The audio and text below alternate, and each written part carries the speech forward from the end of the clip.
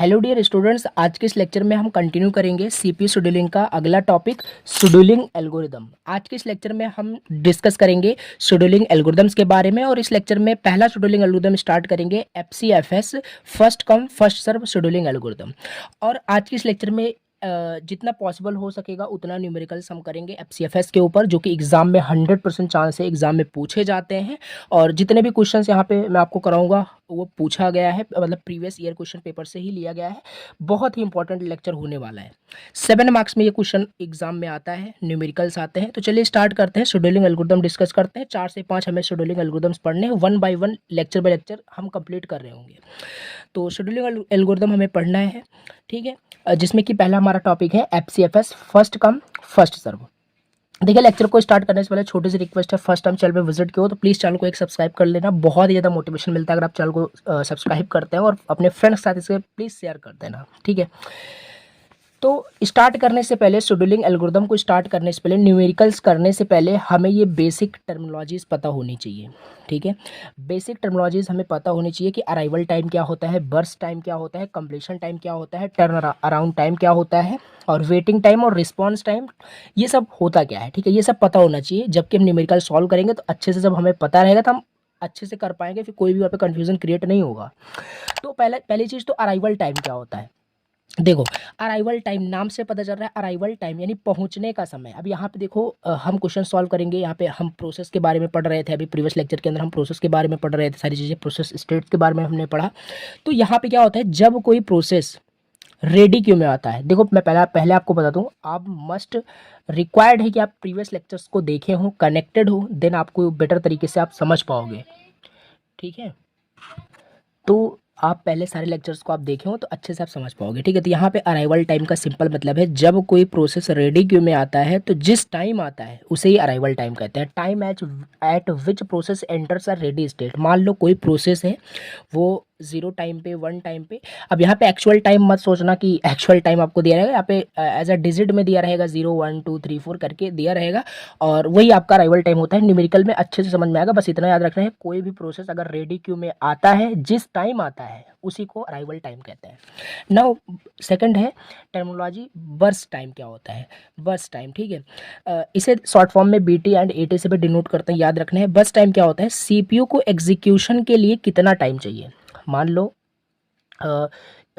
ठीक है, मान लो कोई प्रोसेस का अराइवल टाइम 1 है, ठीक है, 1 यूनिट टाइम है। 1 यूनिट टाइम में कोई प्रोसेस एंटर किया रेडी स्टेट में, रेडी क्यू में, और उसको कंप्लीट होने के लिए 5 बस टाइम की रिक्वायरमेंट है। तो वही उसका हो जाएगा बस टाइम, कि उसको एग्जीक्यूट होने के लिए कितना टाइम चाहिए, उसी को क्या कहते हैं, बस टाइम। याद रखना है, इसको आपको रटना नहीं है, सब न्यूमेरिकल्स की हेल्प से बहुत अच्छे समझ में आएगा। कंप्लीशन टाइम क्या होता है।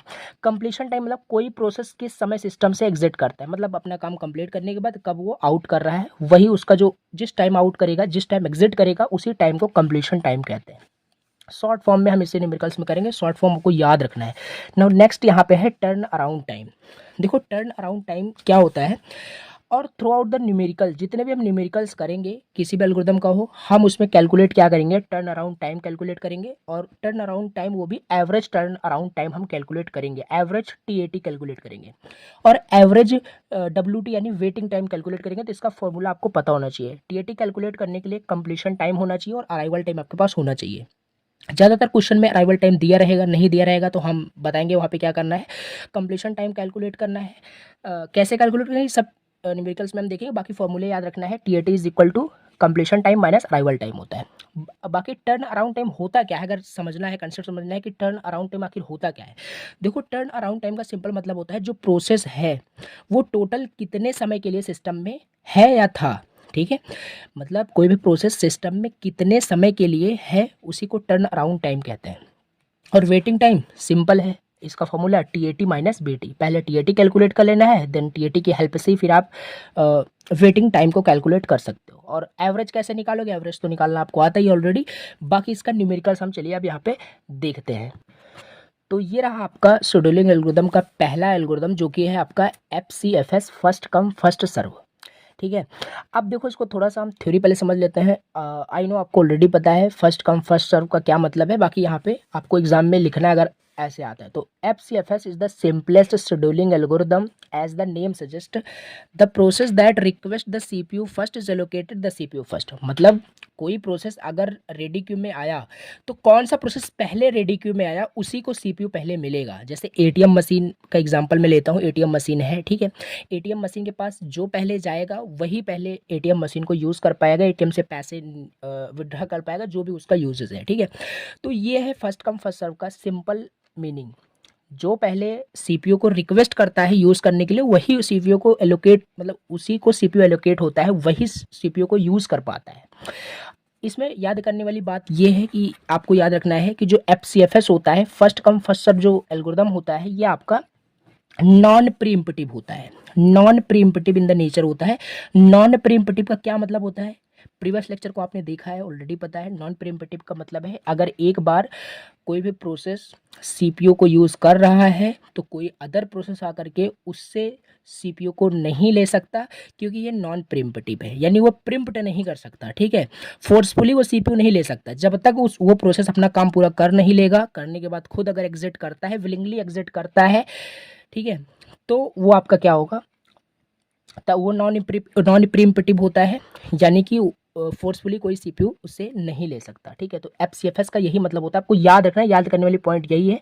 FCFS जो होता है नॉन प्रीम्पटिव होता है ऑलवेज, और ये सारी चीज़ें मैंने ऑलरेडी आपको बताई, प्रीम्पटिव नॉन प्रीम्पटिव क्या होता है, ठीक है। अब यहाँ पे हम नाउ न्यूमेरिकल स्टार्ट। तो ये रहा आपका फर्स्ट न्यूमेरिकल, जो आपके एग्जाम में इसी तरीके से क्वेश्चंस आपके एग्जाम में पूछे जाते हैं, ठीक है। अब इसको सॉल्व कैसे करना है, इसका स्टेप्स मैं आपको बताता हूँ, और इसी स्टेप्स को फॉलो करके आप कोई सा भी क्वेश्चन आता है FCFS का, सारे क्वेश्चंस को आप सॉल्व कर सकते हो। देखो क्वेश्चन आपको इस तरीके से देगा, यहाँ पे आपको कुछ टेबल दी जाएगी जिसमें आपको प्रोसेस मिलेगा, बस टाइम दिया रहेगा और अराइवल टाइम दिया रहेगा। कैलकुलेट करना रहेगा एवरेज टर्न अराउंड टाइम, जो मैंने ऑलरेडी बताया, एवरेज वेटिंग टाइम कैलकुलेट करना होगा, एवरेज रिस्पॉन्स टाइम कैलकुलेट करना होगा, ठीक है। अब इसमें क्या है, जैसे क्वेश्चन में आपको प्रोसेस दिया है, अराइवल टाइम दिया है और बस टाइम दिया है। काफ़ी सारे क्वेश्चन में आपको अराइवल टाइम नहीं दिया रहेगा, तो अराइवल टाइम आप एक अलग से टेबल बना करके सब में 0 असाइन कर दोगे, अज्यूम कर लेते हैं 0, ठीक है। बाकी हर क्वेश्चन में भी पॉसिबल है, वहाँ पे आपको दिया रहेगा, ठीक है, अराइवल टाइम। तो ये 3 डेटा आपको दिया है, process, arrival time, burst time. अब इसकी हेल्प से हमें ये सारे डेटा को कैलकुलेट करना है और FCFS एल्गोरिदम का यूज़ करना है। तो पहला स्टेप क्या है, जल्दी से इसे चलिए सॉल्व करके आपको बताता हूँ कैसे से सॉल्व करना होता है। स्टेप 1 में सबसे पहले जो आपको ये टेबल दी गई है, इससे आप क्या बनाते हो, गैंट चार्ट बनाते हो। अब ये क्या है, देखो इसे बनाना पड़ता है गैंट चार्ट। देखो अब ये क्या है, इससे आपको बहुत डिटेल नहीं समझना है कि ये क्या आ गया, कुछ नहीं। यहाँ पे अभी हम इस टेबल को यूज़ करके एक चार्ट बनाएंगे, एरे के जैसे, एरेज लाइक, तो उसी को हम गैंट चार्ट बोलते हैं, ठीक है। तो ये चार्ट बनाना पड़ता है, ठीक है। अब इस चार्ट को बनाने के बाद हम इस क्वेश्चन को, ये स्टेप्स है, आपको समझ के चलना है, इसी तरीके से क्वेश्चन को सॉल्व करते हैं। तो पहले आपको गैंट चार्ट बनाना है, और ठीक है, अब जो बनाने जा रहे हैं इसी चार्ट को हम गैंट चार्ट बोल रहे हैं, बस। अब देखिए इसको अब सॉल्व करने के लिए सिंपल यहाँ पे हम क्या करते हैं, ये एरे के जैसे ही होता है, इसे ही हम चार्ट को गैंट चार्ट बोल रहे हैं, आपको परेशान नहीं होना ये क्या आ गया। अब देखो इसमें क्या होता है, अब सबसे पहले इसको सॉल्व करने के लिए, अब पहली चीज़ तो इसको बहुत ही ज़्यादा इंपॉर्टेंट होता है, गैंट चार्ट को अगर आप सही से नहीं कैलकुलेट करते हो तो आगे बाकी कैलकुलेशन ही है सब गलत हो जाएगा। अगर आप गैंट चार्ट गलत बना दोगे तो गैंट चार्ट मोस्ट इंपॉर्टेंट है, इसे आप बहुत अच्छे से ध्यान से बनाएं, आगे सारा कैलकुलेशन का मतलब खेल है, आप सारा इजी तरीके से फिर आप कर सकते हैं। तो इसको बनाने के लिए आप सबसे पहले इसमें देखते क्या है, देखो टेबल में आपको अराइवल टाइम देखना है, ठीक है। अराइवल टाइम सबसे पहले कौन सा एल्गोरिथम है याद रखना है माइंड में, फर्स्ट कम फर्स्ट सर्व, जो पहले आएगा वो पहले सर्व, मतलब सर्व होगा, वो उसको पहले सर्विस मिलेगी। तो अराइवल टाइम क्या होता है, ऑलरेडी मैंने आपको बताया, जो प्रोसेस मतलब कितने बजे आया हुआ है, ठीक, कितने टाइम में आया हुआ है। तो सबसे पहले देखो प्रोसेस कौन आया है, यहाँ पे अराइवल टाइम में देखो सबसे पहले कौन सा प्रोसेस आया हुआ है, सबसे पहले सिंपल सी बात है, सबसे पहले P2 प्रोसेस आया है 0 टाइम पे, मिनिमम सबसे 0 ही होता है, तो 0 पे P2 आया है, तो मैं सिंपल यहाँ पे P2 लिख दे रहा हूँ, ठीक है। ये कितने पे आया है, 0 पे आया है। चलिए इस P2 को कंप्लीट होने के लिए कितने टाइम की रिक्वायरमेंट है, कितना टाइम चाहिए इस P2 को मतलब कंप्लीट होने के लिए, 3 टाइम चाहिए, तो 3 यहाँ पे मैं लिख देता हूँ, इस तरीके से करना है, एक यहाँ पे आपका हो गया, ठीक है। अब सेकंड P3 या सॉरी यहाँ पे 3 टाइम यहाँ पे हो गया है, मतलब P2 को कंप्लीट होने के लिए एग्जीक्यूशन के लिए 3 टाइम की रिक्वायरमेंट है। अब आपको चेक करना है 3 टाइम तक कौन कौन से प्रोसेस आपके आ चुके हैं रेडी क्यू के अंदर। मतलब 3 टाइम में मैं आपको सिंपल यहाँ पे टू द पॉइंट बता रहा हूँ, जिससे कि न्यूमेरिकल्स आप कर पाओ, कन्फ्यूजन ना क्रिएट हो। 3 टाइम पे देखो कौन कौन से प्रोसेस आ चुके हैं। जीरो तो आप यहाँ पे ले चुके हैं, तो जीरो को काउंट नहीं करोगे, जीरो क्योंकि आपका यहाँ पे सॉरी जीरो पे P2 आपका आ चुका है, ठीक है। अब 3 पे आप ये चेक करना, 3 हो गया। अब 3 पे देखो कौन कौन से प्रोसेस आ चुके हैं। 3 पे आपका यहाँ पे 3 के अंदर 2 आता है, 2 भी आ चुका है, 1 भी आ चुका है, और 3 ऑल्सो 3 ये भी आ चुका है, ठीक है।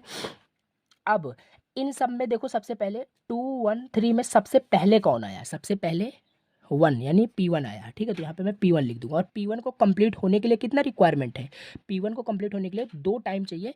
और इस 2 को हम डायरेक्टली यहाँ पे 2 नहीं लिखेंगे, 2 को हम ऐड कर देंगे प्रीवियस से 3 से, 3 + 2 5 हो जाएगा, 3 + 2 5 हो जाएगा इस तरीके से।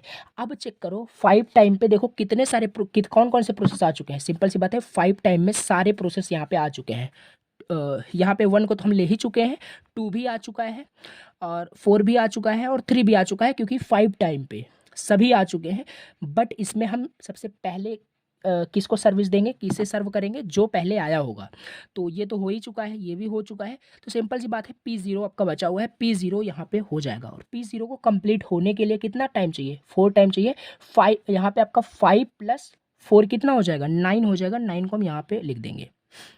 अगेन 9 पे सारे आपके आ चुके हैं, तो ये भी हो चुका था, 2 भी हो चुका है, यानी P0 तो हो ही गया है। नाउ अभी 3 P4 यहाँ पे हो जाएगा, यहाँ पे P4 हो जाएगा, ठीक है। अब P4 को कंप्लीट होने के लिए 1 टाइम चाहिए, 1 + 9 क्या हो जाएगा, 10 हो जाएगा।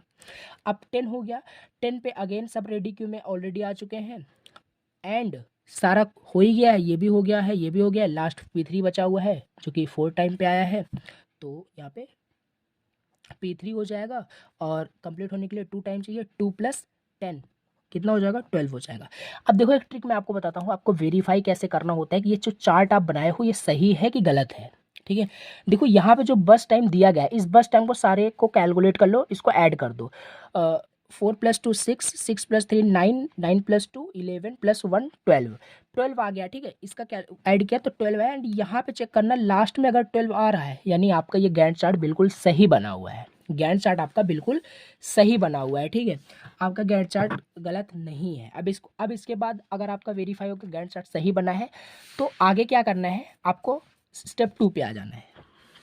अब स्टेप 2 में सिंपल आपको इसी के जैसे आपको टेबल बनानी है, और तीनों वैल्यूज़ आपको जो भी वहाँ पे पूछा गया है वो कैलकुलेट करना है। नाउ अब यहाँ पे सिंपल फिर से मैं टेबल बना रहा हूँ, प्रोसेस एट अराइवल टाइम। ये सब तो क्वेश्चन में दिया ही गया था, ठीक है, ये सब क्वेश्चन में दिया ही गया था। अब सिंपल हमें कैलकुलेट क्या करना है, टर्न अराउंड टाइम कैलकुलेट करना है। और TAT का फॉर्मूला क्या था, TAT का फॉर्मूला था CT - AT, ये था ना, TAT का फॉर्मूला CT - AT था। अब और वेटिंग टाइम का क्या फॉर्मूला था, हम पहले फॉर्मूला लिख देते हैं, TAT - BT, ठीक है। तो TAT को कैलकुलेट करने के लिए, हालांकि एवरेज TAT चाहिए, बट एवरेज TAT को निकालने से पहले TAT तो होना चाहिए ना, उसका फिर एवरेज तो हम कर ही लेंगे। तो TAT को निकालने के लिए CT चाहिए, CT मतलब कंप्लीशन टाइम। तो यहाँ पे मैं कंप्लीशन टाइम का एक टेबल बनाऊंगा, ठीक है। उसके बाद यहाँ पे फिर TAT कैलकुलेट करेंगे, TAT कैलकुलेट करने के बाद फिर क्या करेंगे, वेटिंग टाइम कैलकुलेट करेंगे।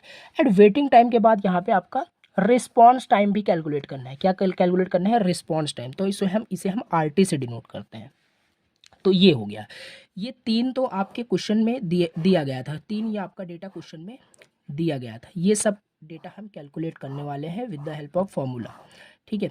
और ये सब गैंट चार्ट की हेल्प से भी कैलकुलेट हो जाएगा, और आंसर आपका आ जाएगा सिंपल। यहाँ पे सारे प्रोसेस को मैं लिख देता हूँ, क्वेश्चन में दिया ही गया है। अराइवल टाइम भी क्वेश्चन में दिया है, नहीं दिया रहेगा तो 0 अज्यूम करना, ऑलरेडी बताया। 4 2 3 2 1। नाउ अब TAT कैलकुलेट करने के लिए CT - AT, सिंपल CT को कैलकुलेट करना पड़ेगा। पहले CT को कैलकुलेट करते हैं। CT कैसे निकलेगा, P0 का कंप्लीशन टाइम देखो, P0 का कंप्लीशन टाइम क्या है, P0 यहाँ पे देखो कहाँ है, P0 यहाँ पे है, P0 का कंप्लीशन टाइम 9 है, तो मैं 9 लिख देता हूँ। P1 का कंप्लीशन टाइम क्या है, 5 है, ऐसे ही कैलकुलेट करना है। P2 का 3 है, P3 का 12 है, P4 का कंप्लीशन टाइम 10 है। ये हो गया कंप्लीशन टाइम, आपने कैलकुलेट कर लिया, कंप्लीशन टाइम आपका निकल गया है ईच प्रोसेस का। अब TAT भी कैलकुलेट करना है, और TAT का फॉर्मूला यहाँ पे ऊपर CT माइनस AT है। TAT का formula CT minus AT, 9 minus 2 7, 5 minus 1 4, 3 8 7, ये हो गया आपका TAT, आपने निकाल लिया, TAT कैलकुलेट हो गया। अब इसी के साथ यहाँ पे वेटिंग टाइम भी कैलकुलेट करना है। वेटिंग टाइम का फॉर्मूला होता है TAT minus BT, turn around time minus burst time. TAT minus BT 7 minus 4 3, 4 minus 2 2, 3 minus 3 0, 8 minus 2 6, 7 minus 1 6। ये कैलकुलेट हो गया waiting time TAT minus BT के हेल्प से। Again cross check, 7 minus 4 3, 4 minus 2 2, 3 minus 3 0, 8 minus 2 6, 7 minus 1 6। Waiting time calculate हो गया, TAT and waiting time calculate हो चुका है। लेकिन हमें यहाँ पे एवरेज निकालना है। एवरेज हम बाद में कैलकुलेट करेंगे, पहले रिस्पॉन्स टाइम भी कैलकुलेट कर लेते हैं। रिस्पॉन्स टाइम का फॉर्मूला क्या होता है, इन दोनों का फॉर्मूला तो पता था, बट रिस्पॉन्स टाइम का फॉर्मूला होता है, first time CPU allocation minus arrival time. First time CPU allocation minus arrival time response time का फॉर्मूला है। अब रिस्पॉन्स टाइम कैलकुलेट कैसे करना है, first time CPU allocation minus arrival time, यानी कि P0 का first time CPU allocation time. देखो P0 का फर्स्ट टाइम CPU एलोकेशन कैसे देखोगे, P0 यहाँ पे है, फर्स्ट टाइम CPU एलोकेशन 5 है, तो यहाँ पे क्या हो जाएगा, यहाँ पे हो जाएगा 5 माइनस अराइवल टाइम P0 का क्या है, अराइवल टाइम P0 का 2 है, यहाँ पे 2 इज इक्वल टू 3 हो जाएगा। ये आपका कैलकुलेट होगा। इस तरीके से सारे को आपको कैलकुलेट करना है।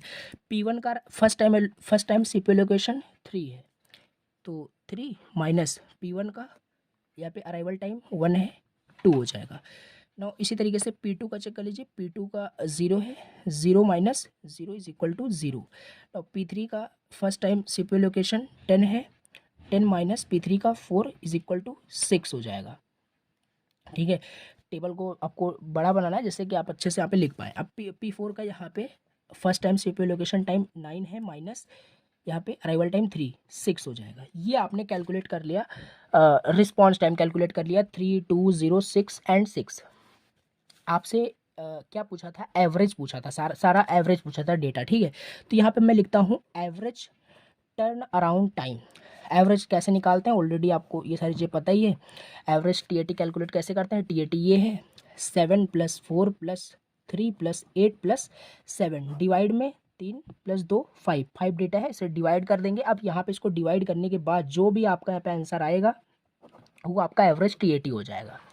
इसी तरीके से एवरेज वेटिंग टाइम कि क्या है, 3 + 2 + 0 + 6 + 6 डिवाइड कर दो 5 से, जो भी आंसर यहाँ पे आएगा वो आपका आंसर हो जाएगा, एवरेज वेटिंग टाइम हो जाएगा। एवरेज कैलकुलेट कर रहे हैं, सिंपल यहाँ पे है।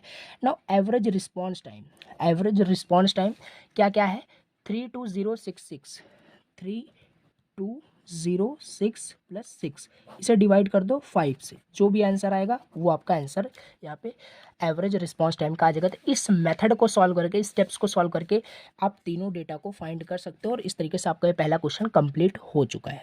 ठीक है, मोस्ट इंपॉर्टेंट अगेन है गैंट चार्ट बनाना, वेरीफाई करना सही है कि नहीं। अब इसी तरीके से एक थोड़ा डिफरेंट क्वेश्चन हम करके फिर से आपको दिखाते हैं किस तरीके से डिफरेंट क्वेश्चन आपको सॉल्व करना होता है। देखो अभी नेक्स्ट क्वेश्चन जो पूछा गया है ये भी बहुत ज़्यादा इंपॉर्टेंट है, इसमें थोड़ा सा एक अलग सा कंसेप्ट लगेगा। ठीक है, बाकी सेम है जैसे मैंने आपको फर्स्ट क्वेश्चन बताया उसी तरीके से एज इट इज सेम है, बट थोड़ा सा चेंज एक आएगा, वो क्या है वो अभी क्वेश्चन में आपको पता चलेगा। इस तरीके से भी क्वेश्चन पूछा जा सकता है। ठीक है, अब यहाँ पे फिर से आपको 5 प्रोसेस दिया गया है, जिसका अराइवल टाइम दिया है, बस टाइम दिया है, ऑलरेडी बताया, ये सारे डेटा आपको दिया रहेगा इसी तरीके से। इफ द CPU शेड्यूलिंग क्या है, FCFS को फॉलो कर रहा है, तो कैलकुलेट करो average waiting time, average turn around time calculate करना है, यहाँ पे रिस्पॉन्स टाइम कैलकुलेट नहीं करना है। तो ये आपको टेबल दी गई है सिंपल। ठीक है, अब इसे सॉल्व करना है। आपको टेबल दिया गया है, टेबल से आपको क्या बनाना है, अगेन यहाँ पे मैं सोल्यूशन स्टार्ट करता हूँ और आपको बताता हूँ। टेबल से आपको सबसे पहले यहाँ पे बनाना होता है गैंट चार्ट, सेम यहाँ पे। तो देखो यहाँ पे सबसे पहले आपको पहला स्टेप में गैंट चार्ट बनाना होता है, तो वही सेम प्रोसेस करना है। यहाँ पे फिर से मैं यहाँ पे चार्ट बनाने वाला हूँ। इस तरीके से यहाँ पे चार्ट बनाते हैं, ठीक है। अब यहाँ पे फिर से वही करना है। अराइवल टाइम में देखो सबसे पहले FCFS है, सिंपल। सबसे पहले देखो कौन सा प्रोसेस आया है, अगेन सबसे पहले कौन सा प्रोसेस आया है, सबसे पहले आपका 0 वाला प्रोसेस आया है, 0 टाइम पे आया है, तो P3 आया है। तो सिंपल यहाँ पे P3 लिख देना है। अब जल्दी से मैं आपको करके बताता हूँ, बिकॉज ऑलरेडी मैंने कंसेप्ट आपको बता दिया है। 0 पे आपका P3 आया है, तो इसको कितना टाइम चाहिए, 2 चाहिए, ठीक है। 2 को यहाँ पे मैं लिख देता हूँ। देखो यहीं पे यहाँ पे एक इंपॉर्टेंट पॉइंट्स आ गया जो कि मैंने आपको बताया, ये थोड़ा सा अलग है। 2 टाइम पे देखो कौन कौन सा प्रोसेस आ गया है। 2 टाइम पे देखो कौन कौन सा प्रोसेस आ गया है। 2 टाइम पे देखो कौन कौन सा प्रोसेस आ गया है। अराइवल टाइम में देखोगे, अगर 2 टाइम पे देखो तो कोई सा भी प्रोसेस आपका नहीं आया है, ठीक है। 2 टाइम पे कहाँ आया है, ये आपका 3 पे आया है, ये 5 पे आया है, ये 5 पे आया है, 2 पे कोई नहीं आया है। यानी 2 से 3 के बीच में, 2 से 3 के बीच में कोई भी प्रोसेस रेडी क्यू में नहीं आया है। तो आपको ऐसे लिखना है 2 से यहाँ पे, क्योंकि यहाँ पे देखो 2 के बाद 3 से ही मिनिमम स्टार्ट हो रहा है, 4 से फिर बाद में हो रहा है। तो 2 आपका यहाँ पे 2 से चेक करना है ना, क्योंकि P3 पे यहाँ पे 2 टाइम की रिक्वायरमेंट है P3 को कंप्लीट होने के लिए। तो 2 से 3 के बीच में यहाँ पे कोई भी प्रोसेस आपका नहीं आया है, तो आपको ये ऐसे कर देना है। ये आइडियल CPU टाइम आपको यहाँ पे लिखना है, ideal CPU time, ideal CPU time लिख देना है। यानी ये आपका इस कंडीशन में आपका CPU आइडियल रहेगा, ठीक है। 2 से 3 टाइम के बीच में कोई भी प्रोसेस रेडी क्यू में नहीं था। अब जैसे ही 3 हुआ, जैसे ही 3 हुआ, 3 पे आपका कौन सा प्रोसेस आ गया है, P1 आ गया है, ठीक है। P1 आ गया, तो P1 को आपको लिखना है। P1 को कंप्लीट होने के लिए कितना टाइम चाहिए, P1 को कंप्लीट होने के लिए 5 टाइम्स की रिक्वायरमेंट है। 5 + 3 कितना हो जाएगा, 8 हो जाएगा, ठीक है। अब 8 पे देखो कौन कौन सा प्रोसेस आ गया है। 8 पे अगर आप देखोगे सारे प्रोसेस आ चुके हैं, सारे प्रोसेस आ चुके हैं, लेकिन पहले किसको मिलेगा, जो पहले आया होगा। 3 तो हो ही चुका है और 0 भी हो चुका है, लेकिन पहले इसमें देखो कौन सा है, पहले आपका 4 टाइम पे आया है, तो P5 और P5 को चाहिए 3 टाइम। 3 + 8 कितना हो जाएगा, 11 हो जाएगा, ठीक है। 11 हो जाएगा। अब 11 हो गया, 11 के बाद 11 पे देखो सारे आपके प्रोसेस फिर से आ चुके हैं, तो ये भी हो गया है। अब इसके बाद सबसे पहले कौन आया है, अब सबसे पहले कौन आया है, आपका बचा है P2 बचा है, P4 बचा है। P2 भी 5 है, P4 भी 5, लेकिन सबसे पहले कौन सा आया, अब ऐसा नहीं करना। सबसे पहले तो आपका P2 आया है ना, ऊपर से देखते हो, ऊपर से सबसे पहले आपका P2 आया है, तो मैं P2 को यहाँ पे सबसे पहले CPU देने वाला हूँ। तो यहाँ पे P2 आपका आ चुका है। P2 को कंप्लीट होने के लिए कितना टाइम चाहिए, 3 टाइम चाहिए। P2 को कंप्लीट होने के लिए 3 टाइम चाहिए, एंड 3 + 11 कितना हो जाएगा, 14 हो जाएगा। 3 + 11 क्या हो जाएगा, 14 हो जाएगा। 14 पे अगेन सारा आपका रेडी क्यू में है। यहाँ पे बचा क्या है, P4 बचा है, क्योंकि P2 तो हो ही गया था और ये सब हो ही गया है। P4 बचा है, P4 आपको यहाँ पे असाइन कर देना, और P4 पे आपको 1 टाइम की रिक्वायरमेंट है, और 1 + 14 कितना हो जाएगा, 15 हो जाएगा। अब देखो यहाँ पे मैंने जो आपको प्रीवियस क्वेश्चन में भी जस्ट बताया कि बस टाइम को कैलकुलेट करना, अगर यहाँ पे इक्वल आता है तब आपका गैंट चार्ट सही है। तो इस केस में वो आप रूल या कंडीशन बोल लीजिए, अप्लाई नहीं करो, क्योंकि यहाँ पे बीच में आपका CPU आइडल कंडीशन में था।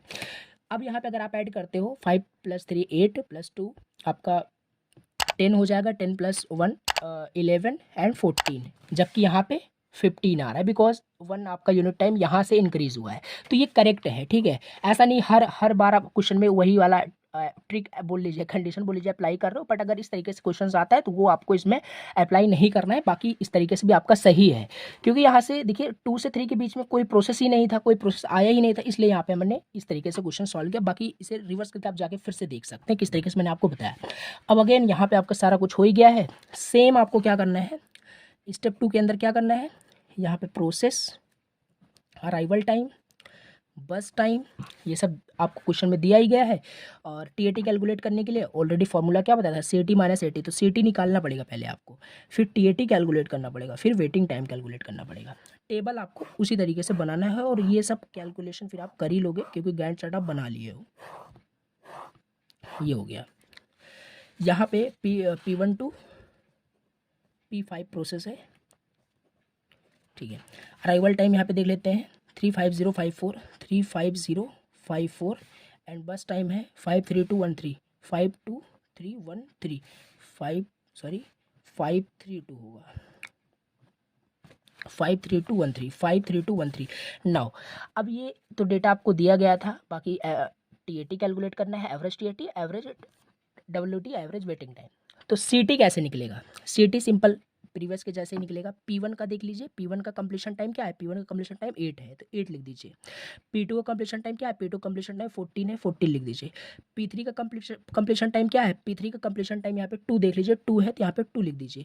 P4 का कंप्लीशन टाइम क्या है, P4 कंप्लीशन टाइम 15 है, 15 कर दीजिए। P5 का कंप्लीशन टाइम क्या है, 11 है, 11 कर दीजिए। ये कंप्लीशन टाइम आपने निकाल लिया। अब TAT बराबर क्या होता है, TAT is equal to CT minus AT होता है। CT ये है, AT ये है, इसको कैलकुलेट करो। 8 माइनस 3 5 हो जाएगा, और यहाँ पे 9 हो जाएगा, यहाँ पे 2 हो जाएगा, यहाँ पे 10 हो जाएगा, यहाँ पे 7 हो जाएगा। ठीक है, ये आपका TAT कैलकुलेट हो गया। अब TAT कैलकुलेट आपने कर लिया, वेटिंग टाइम कैलकुलेट कर लीजिए। वेटिंग टाइम का फॉर्मूला क्या होता है, TAT माइनस BT। TAT तो कैलकुलेट कर ही लिया है, TAT minus BT। 5 minus 5 0, 9 minus 3 6, 0 9 and 4, ये आपने कैलकुलेट कर लिया। ठीक है, अब यहाँ से एवरेज निकाल लेना है, और ये सब तो ऑलरेडी मैंने आपको बताया ही है कैसे करना है। एवरेज TAT आपको हो जाएगा 5 plus 9 plus 2 plus 10 plus 7 divide में 5। जो भी आंसर आएगा वो आपका फाइनल आंसर हो जाएगा, कैलकुलेट कर लेना।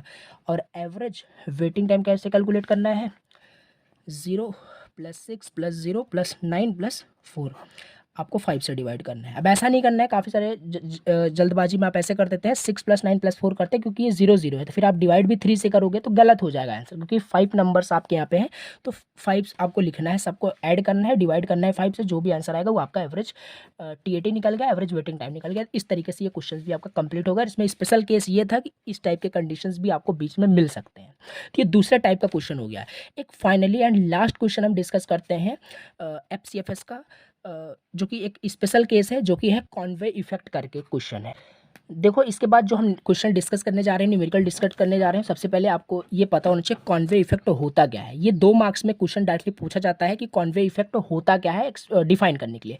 देखो, कॉन्वे इफेक्ट क्या होता है, if the smaller process have to wait more for CPU because of larger process, then this effect is called convoy effect. It result more average waiting time and more TAT time वहाँ पे आपका हो जाता है। देखो, यहाँ पे simple Conway effect मैं आपको बताता हूँ क्या है। कॉन्वे इफेक्ट का मतलब क्या होता है, इसमें क्या होता है कि जो स्मॉलर प्रोसेस होते हैं, स्मॉलर जो प्रोसेस होते हैं, उनको ज़्यादा वेट करना पड़ता है किन के लिए, लॉन्गर प्रोसेस के लिए। मतलब लॉन्गर प्रोसेस वो CPU को एग्जीक्यूट करते ही रहते हैं, और उनकी वजह से जो स्मॉलर प्रोसेस होते हैं उनको वेट करना पड़ता है, बहुत ज़्यादा वेट करना पड़ता है। और इस कंडीशन को कॉन्वे इफेक्ट कहा जाता है। और इसका जो रिजल्ट होता है, कॉन्वे इफेक्ट एक बैड कंडीशन होती है, गुड कंडीशन नहीं है कि बढ़िया है कि कॉन्वे इफेक्ट हो रहा है, बैड कंडीशन है, जिससे कि आपका वेटिंग टाइम बहुत ज़्यादा निकल के आता है, और एवरेज वेटिंग टाइम बहुत ज़्यादा निकल के आता है, एवरेज टर्न अराउंड टाइम भी बहुत ज़्यादा निकल के आता है, जो कि गुड कंडीशन नहीं है। तो ये होता है convoy effect. If the smaller process have to wait more for CPU because of larger process, this effect is called convoy effect. And ये चीज़ अगर समझ में नहीं आ रही है, क्वेश्चन के माध्यम से अब बहुत अच्छे समझ में आएगा कि कैसे छोटा प्रोसेस मतलब उसको ज़्यादा वेट करना पड़ रहा है, because longer process CPU use कर रहा है पहले। ठीक है, तो हमारा यहाँ पे सोल्यूशन क्या होता है, सोल्यूशन देख लेते हैं। सोल्यूशन हम ये करते हैं कि smaller process have to be executed before. पहले हम स्मॉलर प्रोसेस को एग्जीक्यूट कर दें, उसके बाद हम क्या करें, लॉन्गर प्रोसेस को एग्जीक्यूट करें, तो हमारा जो एवरेज वेटिंग टाइम निकल के आएगा वो बहुत ही रिड्यूस निकल के आएगा, बहुत ही इफिशिएंट निकल के आएगा। तो ये होता है, इसका एडवांटेज भी आप देख लेना, बाकी नोट्स मिल जाएगा, आप पढ़ लेना, इजी टू अंडरस्टैंड होता है, ये सारी चीज़ें आप इसको देख लेना। इसका डिसएडवांटेज भी यहाँ पे मेंशन है।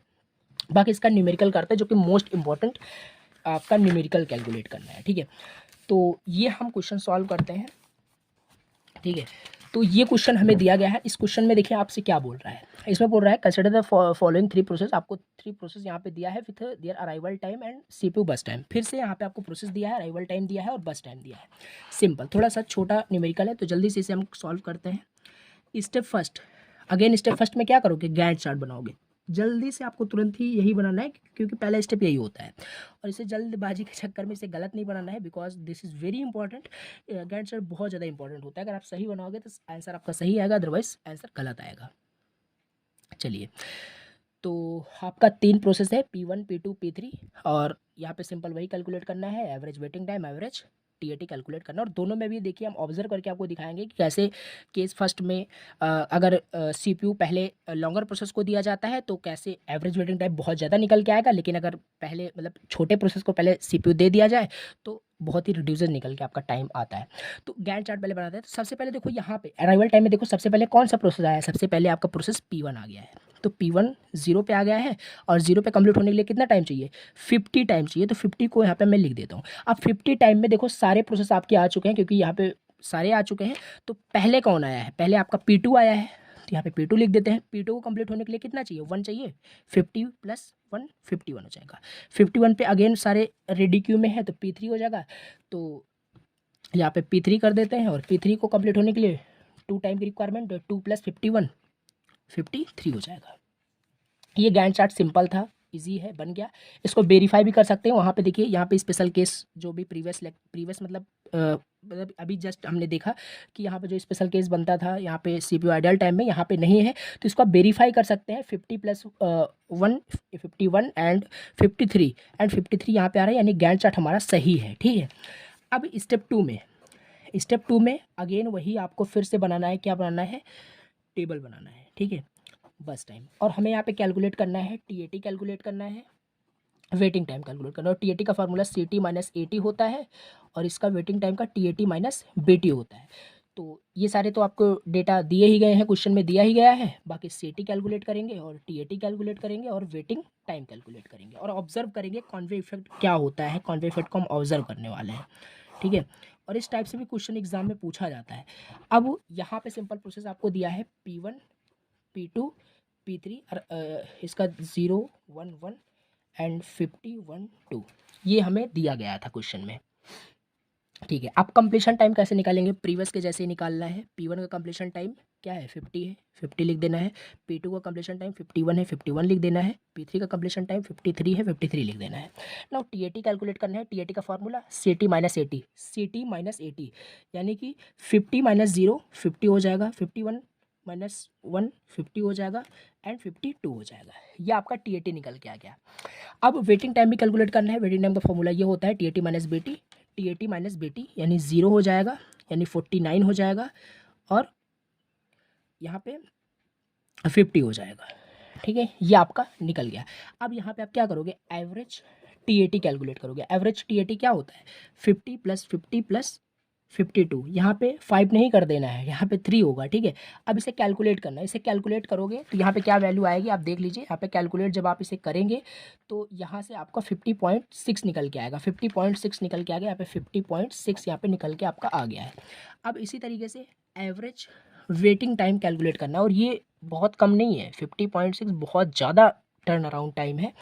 और वेटिंग टाइम हम कैलकुलेट कर लेते हैं। वेटिंग टाइम हम कैलकुलेट करते हैं 99 हो जाएगा, क्योंकि आप देख सकते हो 49 + 50 + 0 करोगे तो यहाँ पे 99 डिवाइड में 3 99 ही आएगा। ठीक है, डायरेक्टली मैं कर रहा हूँ।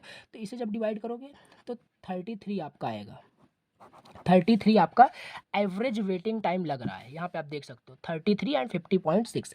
अब देखिए यहाँ पे ऑब्जर्व क्या कर रहे हो, यहाँ पे हम ऑब्जर्व कर रहे हैं कि देखो समझो, यहाँ पे जो आपका सबसे पहले जो मतलब जो बड़ा प्रोसेस है, जैसे यहाँ पे आपका P1 जो है, P1 आपका एक लॉन्ग प्रोसेस था। P1 को कंप्लीट करने के लिए P1 को पहले अगर CPU दे दिया गया, P1 को पहले यहाँ पे CPU दे दिया गया, जिसकी वजह से जो शॉर्ट प्रोसेस थे उनको वहाँ पे ज़्यादा वेट करना पड़ रहा है, बहुत ज़्यादा वेट करना पड़ रहा है, जिससे कि उनका देख सकते हो कितना निकल के यहाँ पे एवरेज वेटिंग टाइम आ रहा है। लेकिन अब यहाँ पे यहाँ पे हम ऑब्जर्व कर पा रहे हैं, यही कॉन्वे इफेक्ट होता है। ठीक है, यहाँ पे अगर मैं आपको दिखाऊँ, यहाँ पे देखिए, here again Conway effect occurs, so now remove this situation. यहाँ पे कॉन्वे इफेक्ट अकर हुआ है क्योंकि एवरेज वेटिंग टाइम बहुत ज़्यादा निकल के आ रहा है। एवरेज वेटिंग टाइम बहुत ज़्यादा निकल के नहीं आना चाहिए। अगर किसी भी क्वेश्चन में एवरेज वेटिंग टाइम बहुत ज़्यादा निकल के आ रहा है तो कॉन्वे इफेक्ट वहाँ पे ऑब्जर्व आप करिए और उसको फिर से रिड्यूस करना है। ये थर्ड टाइप्स का क्वेश्चन था। तो अब यहाँ पे हम क्या करेंगे, इसका सोल्यूशन ये है, चेंज कर दीजिए order of process, change the arrival time of the process. ठीक है, सिंपल क्या करना है, अगर कभी भी क्या होता है कि जैसे यहाँ पे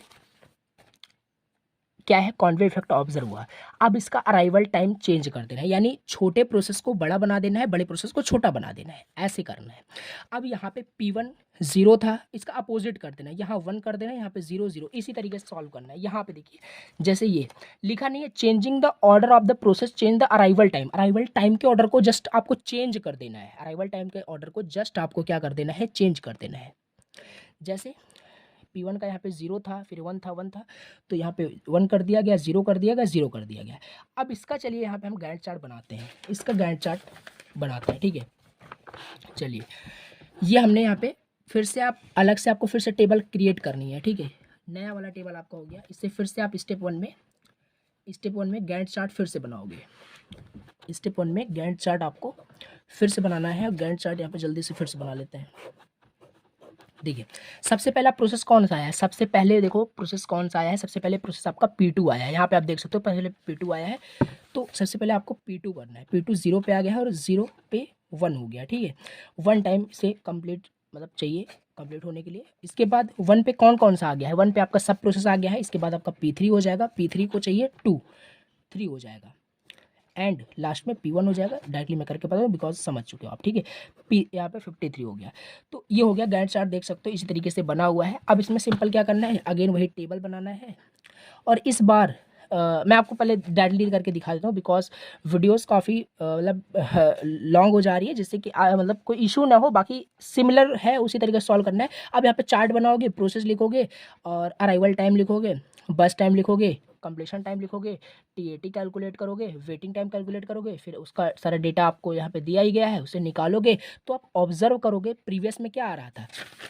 प्रीवियस में आपका एवरेज वेटिंग टाइम 33 आ रहा था और एवरेज टर्न अराउंड टाइम कितना आ रहा था, 50.6 आ रहा था। अब यहाँ पे मैं आपको दिखाता हूँ। यहाँ पे देखो, यहाँ पे जब इस तरीके से आप टेबल कैलकुलेट करोगे, आप इसे मैच भी कर सकते हैं, क्रॉस चेक कर सकते हैं। सॉल्व करने के बाद ऐसे ही आएगा। अब यहाँ पे देखिए, एवरेज टीएटी क्या था, 50.6 आ रहा था। जबकि हमने यहाँ पे जब इसे ऑब्जर्व किया कॉन्फिगर, तो यहाँ पे रिड्यूस हो गया, आपका क्या हो गया, 18 आ रहा है, जो कि काफ़ी हद तक आपका रिड्यूस हुआ, ठीक है। तो ये आ गया। एंड एवरेज वेटिंग टाइम वहाँ पे कितना आ रहा था, एवरेज वेटिंग टाइम यहाँ पे आपका आ रहा था 33 आ रहा था। जबकि अब यहाँ पे देखिए एवरेज वेटिंग टाइम इतना ज़्यादा रिड्यूस हो गया, 1 यहाँ पे टाइम हो गया, जबकि पहले 33 था, ठीक है। तो ये इस तरीके से मतलब क्वेश्चन आपका मतलब सॉल्व हुआ, बोल सकते हो। कॉन्वे इफेक्ट के कंसेप्ट पे भी हमने देख लिया कैसे क्वेश्चंस को सॉल्व करना है। इसी तरीके से बहुत सारे क्वेश्चंस यहाँ पे दिए हैं। नोट्स में आपको बहुत सारे क्वेश्चंस मिल जाएंगे, सॉल्व करना है। बाकी 3 टाइप से ही क्वेश्चन यहाँ पे आपसे पूछे जाते हैं।